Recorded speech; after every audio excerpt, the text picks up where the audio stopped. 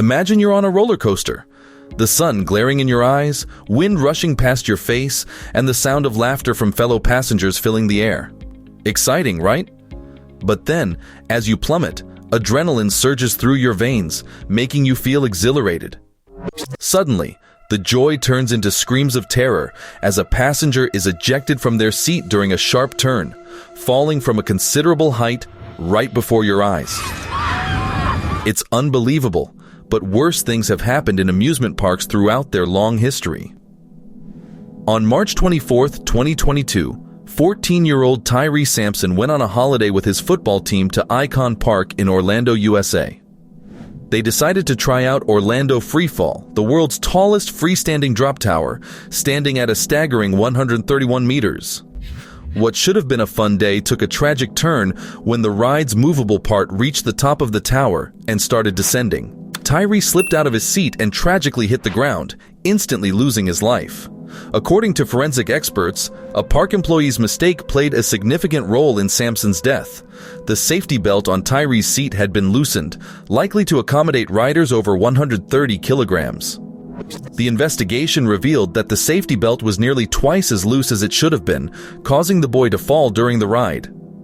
Following Tyree Sampson's tragic death, both Orlando Freefall and the adjacent ride, Orlando Slingshot, were immediately closed pending further investigation.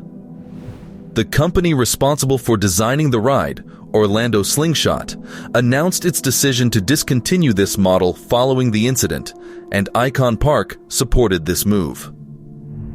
Civil rights attorney Ben Crump, representing Tyree Sampson's father, described this decision as long overdue, emphasizing the need for theme parks, their parent companies, and regulatory agencies to take more significant measures to prevent such tragedies from happening to other families. Sadly, Tyree Sampson's case is not an isolated incident in the United States. On July 9, 2011, James Hackamere, an Iraq War veteran, met with a tragic roller coaster accident at Darien Lake Amusement Park in upstate New York. 3 years earlier, in March 2008, Hackamere had suffered injuries, including the loss of both legs, due to an improvised explosive device in Iraq. When Hackamere expressed his desire to ride a roller coaster at Darien Lake Park, employees struggled to secure a safety belt on him. As a result, he was placed in the first car with the explanation that he could hold onto the barrier in front of him with his hands since he had no safety belt. During a turn, Hackamere was ejected from the seat of the Ride of Steel coaster, which was moving at a speed of 80 kilometers per hour. Hackamere was at the park with his children and nephew Ashton Lufrid, as his children were not present during the tragic accident. Ashton revealed that park employees did not object to Hackamere's wish to ride the roller coaster and did not ask any questions. His sister, Jody Hackamere, stated that during that brief moment on the ride, he probably felt the happiest and most normal he had in 3.5 years. State investigators concluded that operator error caused the tragedy, and the ride was reopened that same year. Sometimes even standing near a roller coaster can lead to a deadly injury. In 2015, a teenager was decapitated on a roller coaster after jumping over fences and entering a restricted area. This horrifying incident occurred at Six Flags Over Georgia Park, where 17-year-old Asia Lation Ferguson from Springfield ignored warning signs and 2-meter-tall fences to enter the forbidden zone. Witnesses speculated that he was trying to retrieve his hat, which had fallen off while he was on a ride. However, some claimed he intended to prank ride passengers by grabbing someone's foot as the coaster passed overhead. Tragically, as he entered the restricted area, the foot of a passenger in a coach traveling at 80 kilometers per hour struck him on the head, instantly decapitating him. The police determined the boy's death to be an accident. In a show of respect for the Ferguson family, Six Flags closed the roller coaster on the day of the tragedy, but it resumed operations the following day. 2 years before, in 2013, Rosie Esparza experienced a horrifying incident while riding the Texas Giant roller coaster at the Six Flags Over Texas amusement park. Even before the ride began, she had expressed concerns about her safety belts. However, the operator assured her that they were properly secured. The roller coaster embarked on its fateful journey, but during a sharp turn, Esparza's safety belts unexpectedly loosened.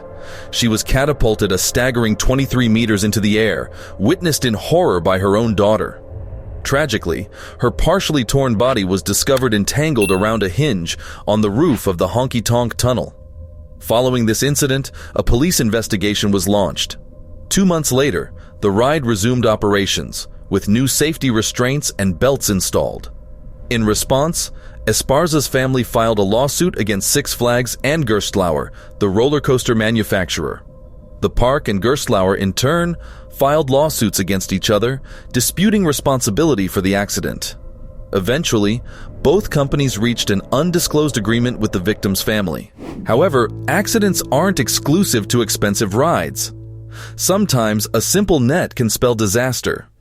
12-year-old Tegan Marty was inspired by a terminal velocity roller coaster she saw on a cable TV show. Eager to experience a backward freefall herself, she persuaded her parents to take her to Extreme World Adventure Park in Wisconsin Dells.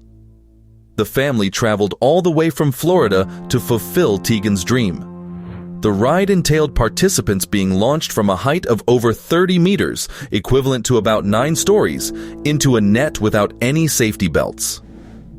While waiting in line for the Extreme World ride, Tegan's mother, Julie Marty, recognized the ride operator as the person who had lauded the supposed safety of terminal velocity on TV, despite the ride lacking safety belts or harnesses, with riders simply falling into a net from a great height. In photographs taken before the horrifying accident, Tegan beamed with a wide smile. When her turn arrived, Tegan reached the top, 30 meters above the ground, and jumped. Tragically, something went terribly wrong, and she plummeted onto the concrete. The operator mistakenly released her before the safety net was in place. Tegan suffered a broken spine, pelvis, head trauma, and numerous grave injuries. She was rushed to the hospital, where she remained on a ventilator in stable but critical condition.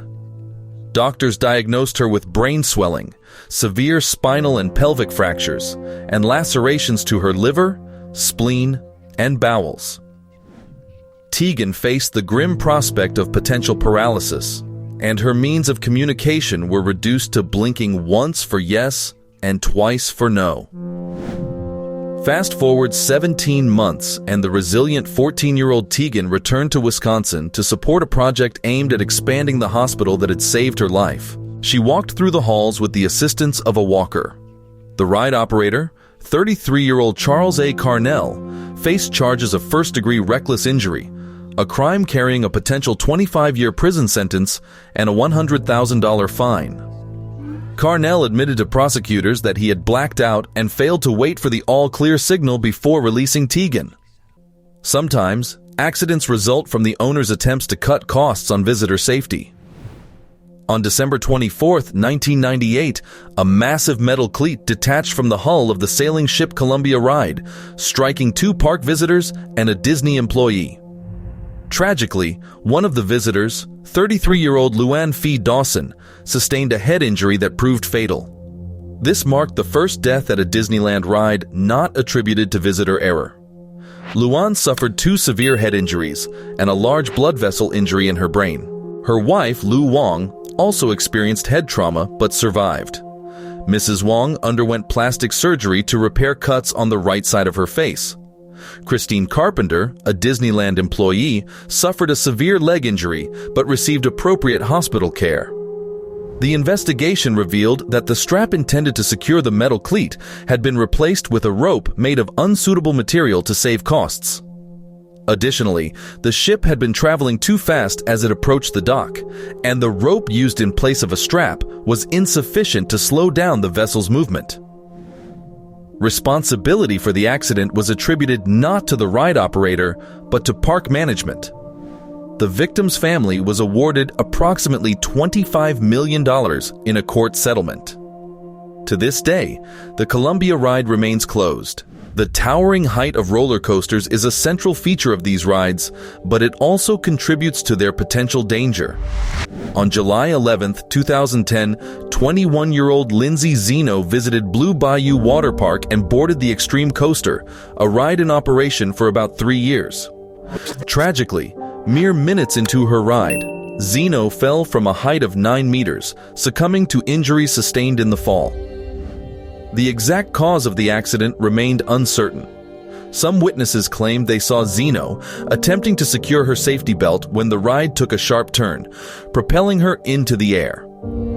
Louisiana State Fire Marshal Butch Browning dispatched inspectors to examine the roller coaster, revealing that all mechanical components were intact and fault-free. Nevertheless, the ride was permanently closed following the accident. On August 11, 1996, a mini train at Old Indiana Fun Park derailed and capsized, crushing 2 individuals beneath its weight. The victims were 4-year-old Emily Hunt, who was left paralyzed from the chest down, and her 57-year-old grandmother, Nancy Jones. This horrific tragedy is a chilling reminder of the numerous errors made by Old Indiana Fun Park. Investigations disclosed that the train had been traveling significantly faster than its designed speed of 19 kilometers per hour. When the operator attempted to apply the brakes, they failed. It remained unclear whether the brakes were damaged or absent altogether. Furthermore, most anti-derailment devices had not been installed. The speedometer was non-functional, and the tracks were littered with debris. Shockingly, the safety inspector who had inspected the ride twice 3 months before the accident admitted he was not qualified for the job.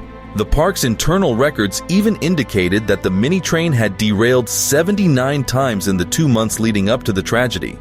This incident was not an isolated problem for Old Indiana. The park had previously been fined for 77 violations related to child labor law. There were also reports in the Indianapolis Star about the inhumane treatment of animals, including a tiger. Following the accident, the owners of Old Indiana Fun Park admitted negligence but denied any information regarding the ride's condition prior to the incident. The park declared bankruptcy, and most of its rides were auctioned off the following year. Finally, we delve into the deadliest roller coaster accident in history, which left an indelible mark on Carolyn Adamczyk. In 1972, at Battersea Park, a tragedy unfolded that scarred her memory forever. Carolyn was a 14-year-old schoolgirl when she witnessed the horrifying incident. The Big Dipper ride in South London malfunctioned while in operation, resulting in the deaths of 5 children. Carolyn fortunately survived the ordeal. Wooden roller coasters, despite their charm, have earned a reputation for potential danger due to their rapid wear and the constant need for maintenance. The slightest lapse in upkeep can lead to catastrophic consequences. During the incident, as the train was being hoisted to the ride's starting point, its haulage rope came loose from one of the carriages, causing the mechanism to fail. The wooden train, carrying 31 passengers, including Carolyn, was positioned high above the park. Carolyn witnessed the train operator desperately attempting to apply the brakes, which ultimately proved ineffective. Most of the train cars failed to negotiate a turn, with one carriage derailing and veering off course, colliding with a wooden fence. Subsequently, the train executed a sharp turn, crashing into another train that was awaiting boarding in the loading zone. Following the collision, Carolyn and her friends found themselves trapped in a relatively intact carriage, suspended 15 meters above the ground. Tragically, 5 children lost their lives in the catastrophe, and 13 others suffered severe injuries. The roller coaster was never repaired, and Battersea Fun Fair was closed 2 years later. Every year, approximately 30,000 accidents occur in amusement parks, resulting in injuries ranging from minor to severe. While the industry group representing theme parks and water parks claims that the odds of sustaining serious injuries on a roller coaster in an average U.S. amusement park are 1 in 16 million, the potential danger should not be dismissed. Human error, faulty equipment, or the unfortunate pursuit of profit over safety can all lead to deadly consequences. If this video has piqued your interest, please like and don't forget to subscribe to our channel if you haven't already.